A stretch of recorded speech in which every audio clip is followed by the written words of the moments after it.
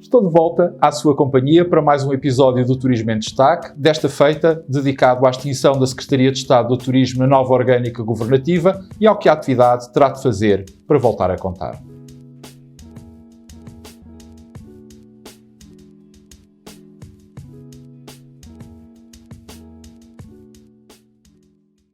O anúncio da fusão da Secretaria de Estado do Turismo com o Comércio e os Serviços, se foi ou não uma surpresa para o turismo e se por isso a atividade tem o direito de sentir-se decepcionada, antes de ir propriamente à resposta desta questão, é imperativo termos todos, ou estarmos todos bem cientes que a formação de um governo, de qualquer governo, é da exclusiva competência e responsabilidade do Primeiro-Ministro. E que neste caso em concreto, essa competência e essa responsabilidade estão sustentadas, foram sufragadas por uma maioria absoluta que saiu das últimas eleições legislativas. Ora, feito este sublinhado, vale a pena dizer que esta decisão só surpreendeu quem tem andado muito desatento, tal como só decepcionou quem nem sequer sabe o que lhe aconteceu. Ou seja, quais os fatores que certamente terão presidido, que estado por trás, que influenciaram esta alteração na orgânica do governo, despromovendo claramente o turismo, que na minha opinião é e deve ser considerado um verdadeiro tiro no pé, já que, ao invés, devia-se estar a falar de uma promoção da atividade económica que é a campeã das nossas exportações, criando o Ministério do Turismo e da Aviação, como há muitos anos esta parte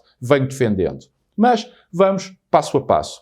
Eu disse que só surpreendeu quem tem andado muito desatento, porque se recuarmos até meados da primeira década deste século, aquilo que constatamos é que, então, o turismo nacional, que tinha conseguido aliar à sua crescente peso económico e social que vinha ganhando, algum peso político demonstrativo do papel incontornável que podia ter na dinamização das demais áreas da atividade económica, como também na coesão social e territorial do país, isto para já não falar na criação de riqueza, de emprego e até mesmo de prosperidade. No fundo, o turismo soube traduzir e passar para a opinião pública todas estas suas valências, facto que naturalmente acabou por despertar a atenção dos políticos para a própria atividade, uma vez que tinham consciência, ou passaram a ter consciência, que os sucessos das mesmas proporcionavam boas notícias. E como sabemos, boas notícias em política normalmente traduzem-se por mais votos.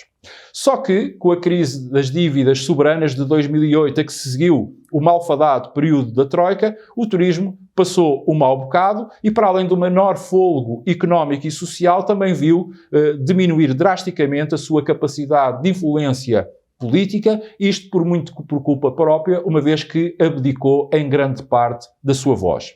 Não obstante, diga-se que rapidamente a atividade acabou por se recompor, vindo até a desempenhar um papel crucial, até vital, na ajuda à saída da crise por parte do país, levando aquilo que se pode literalmente dizer às costas a economia portuguesa. Só que a capacidade para marcar a agenda política a par da estreita ligação que tinha com a opinião pública, essas já estavam irremediavelmente perdidas. Contudo, os anos que se seguiram foram excepcionais para a atividade e também, naturalmente, para o país, o que acabou por desviar as atenções deste problema, com o turismo completamente voltado para dentro, muito preocupado em ganhar dinheiro, em avançar e em progredir, e os políticos, em geral, dando-lhe palmadinhas nas costas e acabando por, de alguma forma, se tentarem colar aos sucessos, aos prémios e às distinções que iam sendo alcançadas, isto tudo numa espécie de embriaguez coletiva, em que uns se esqueceram de garantir a sustentabilidade do bom momento que a atividade vinha passando e os outros andaram entretidos, muito por ignorância e por falta de acompanhamento, a tomar decisões que, embora de boa fé, em nada contribuíam para garantir um futuro sólido e próspero para a atividade que mais tinha contribuído para o quase milagre da economia nacional. Veja-se o caso do novo aeroporto de Lisboa, que é um exemplo paradigmático e bem ilustrativo de tudo aquilo que acabo de referir. Até que chegou esta pandemia, que a todos ainda nos ameaça e que, de alguma forma, ainda ensombra e pode vir a condicionar o futuro do turismo. E o que é que aconteceu? Apesar de ser a área da economia mais fustigada pela pandemia, o turismo não teve qualquer tratamento diferenciado das demais áreas, tendo-lhe sido disponibilizados apoios que, manifestamente, na maior parte dos casos, eram desadequados face às suas especificidades, como seja a disponibilização de créditos bancários a quem não conseguia criar estoques. E mesmo quando se começou a ver uma luz ao fundo do túnel no combate à pandemia e no seio da União Europeia se começou a desenhar um programa, o maior de sempre, de apoio à retoma económica, a tão propalada bazuca, Portugal desenhou um programa de recuperação e resiliência que excluiu totalmente o turismo, contrariando as próprias recomendações europeias e a prática que foi adotada pela esmagadora maioria dos Estados-membros, mormente os do sul da Europa. Por todas estas razões e muitas outras que aqui não referi, é que comecei por afirmar que só ficou decepcionado quem nem sequer sabe o que lhe aconteceu, porque os sinais estavam todos dados. Bastava querer vê-los. Pela minha parte, sempre fui alertando e chamando a atenção para tudo isto, como provam bem os episódios do Turismo em Destaque.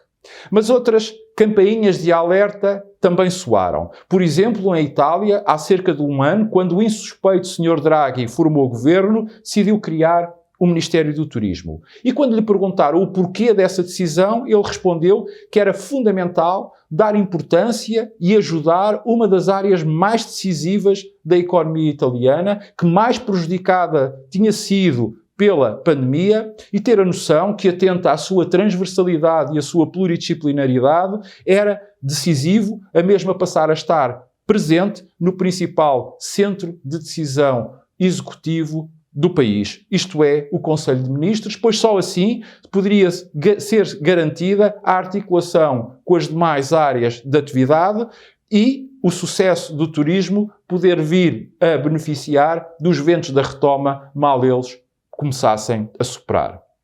Por cá, e como se constata, fizemos exatamente o contrário. E fizemos-lo na pior altura, depois dos piores 2 anos de sempre da história do turismo. Ao invés dos nossos concorrentes, andamos deleitados na ignorância e entretidos a dar tiros no pé.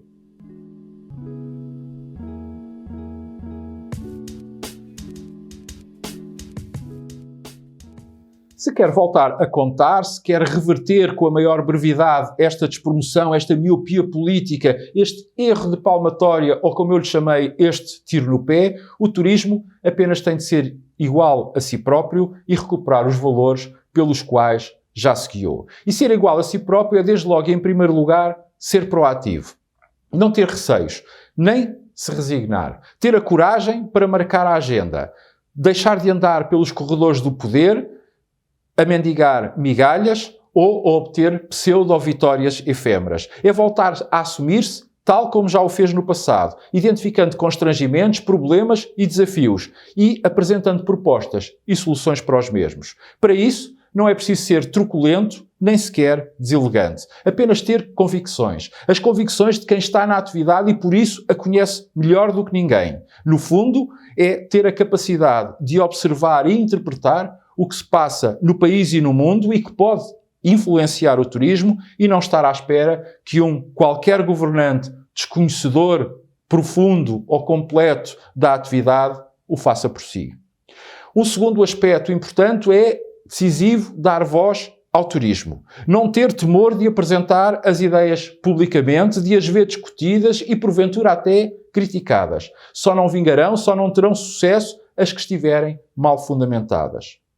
Tudo fazer para erradicar alguns dogmas que nos últimos anos se foram instalando na mente de muitos políticos e na sociedade em geral, como, por exemplo, haver turismo a mais ou o turismo ser uma atividade económica de baixo valor acrescentado e de baixos salários. É urgente desmistificar estes rótulos. Mas para isso, mudanças têm que ser feitas, estudos levados a cabo e as suas conclusões apresentadas ao país. Estar na linha da frente na defesa do ambiente, da cultura, do património e das tradições. Do modo de vida português, da nossa tão afamada hospitalidade. Ter a coragem de propor medidas efetivas de combate e controlo à carga turística, da massificação que dilapida, que destrói, que empobrece, que hipoteca. Mas, acima de tudo e muito principalmente, é fundamental, e este é o terceiro ponto que aqui queria destacar, pôr à frente de tudo o facto do turismo conseguir olhar para si mesmo, conseguir olhar para dentro. E isso significa, desde logo, perguntar-se para onde ir, qual o caminho a trilhar, que é o mesmo que questionar-se que turismo devemos ambicionar para Portugal. E qual a melhor estratégia para lá chegar. Definir objetivos, desenhar projetos, obter consensos sem se preocupar com ambições pessoais ou, mais importante ainda, pôr o coletivo acima do individual. As ideias e o bem e o melhor para a atividade turística à frente de tudo e de todos. E só depois, após tal ser conseguido, é que devem ser escolhidos os protagonistas, aqueles que no terreno estarão em melhores condições e conseguirão melhor interpretar e pôr em prática aquilo que por todos foi decidido e acordado. Ao fazer tudo isto, o turismo ganhará respeito e, consequentemente, será respeitado. Em suma, voltará a contar. Fica marcado novo encontro para a semana. Até lá, saúde e paz. E já sabe, pode manter-se a par daquilo que mais importante acontece no turismo, subscrevendo gratuitamente qualquer um dos meus canais.